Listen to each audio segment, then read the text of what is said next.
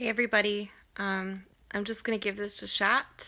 I'm super nervous about it, and I've been trying to make these videos all morning, and not succeeding, but I'm just gonna talk and go and see if I can do it. So I wanted to talk about the physical symptoms of anxiety that I've been experiencing, how difficult it's been for me to accept that, and how it all ties in with hypochondria and perfectionism for me, and what I'm trying to do to deal with that. So, the physical symptoms part. What I've been experiencing is shaking in my hands, in my chest, in my lips. And when this first started a couple of months ago, I was really terrified. I'm still really scared. And I went to my doctor, and I told him about the shaking. I told him that my heart was pounding and fluttering. And he did an exam, and we did some tests, blood tests, heart tests, lung tests, and everything was normal. We also tested my adrenal function. It was a whole long thing. Everything was normal. My doctor looked at my shaking hands, and listened to my descriptions of it. He's a very good doctor. I appreciate him. And he concluded that it was probably the result of the amount of stress and anxiety that I've been experiencing. And that has been really difficult for me to accept. Up until recently, my anxiety was really a mental battle. It mostly manifested in thoughts, behaviors, moods, but it hadn't manifested itself physically. And I had heard all about how people experience anxiety physically, how they get pain in their chest, how they get short of breath, all of that. And I believed it always, but I never really understood how severe it can be, until I started experiencing those things. And there's still like a mental block for me, believing that this is my anxiety coming out in shakes, coming out in chest tightness. And for me, it ties in hugely with health anxiety and hypochondria. I don't love the word hypochondriac. I think it paints with a really broad brush what can be really complex, and people are motivated by different things when they're worried about their health. For me, a lot of it ties into this perfectionism that I struggle with.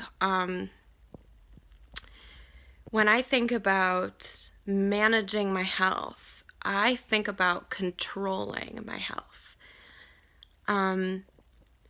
And that is a thing that we really can't do.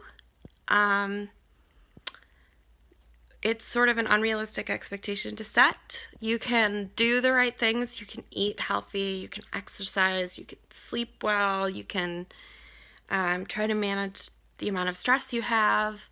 But there are some things that are just going to be out of your control. And that's really tough for me. That's a big struggle.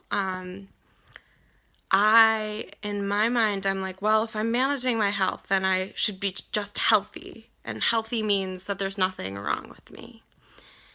And that is not true. That's just not true. As my asthma doctor said, the funniest thing in my mind a couple weeks ago, she said, when I went in to get checked out, I did lung tests, and they were great, which is nice, which is really good. It's a relief for someone with asthma. And she said, you're a really healthy person with asthma, And I was like, what? What does that mean? How can that be? How can I be healthy and have a chronic disease? And that's the mental block that I feel with the anxiety symptoms as well. How can I be healthy but be shaking? How can I be healthy but have tightness in my chest? And of course, it is a health issue. Anxiety is a health issue, but it's been difficult for me to understand that, like, there's nothing wrong with my body. That I don't have a clinical disease. I have generalized anxiety disorder. I have, in my paperwork, it says I have panic disorder. And for me, this challenge has been in accepting that because I have symptoms, because I have unpleasant sensations, and I think that that's really a good way to describe it, as unpleasant sensations, that just because I have unpleasant sensations in my body doesn't mean I'm not managing my health. It doesn't mean I'm not managing my anxiety. And the challenge that I'm facing, and one of the goals that I'm setting, is to accept that unpleasant sensations are going to happen.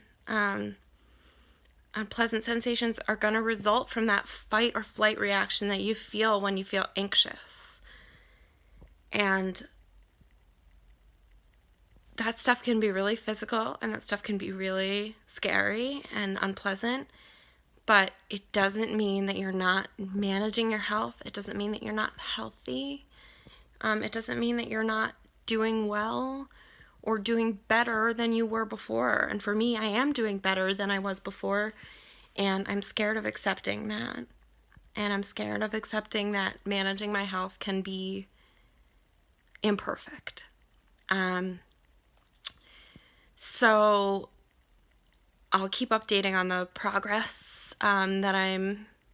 progress or not progress that I'm going through with this acceptance piece, where I say, okay, being healthy doesn't mean I don't ever shake.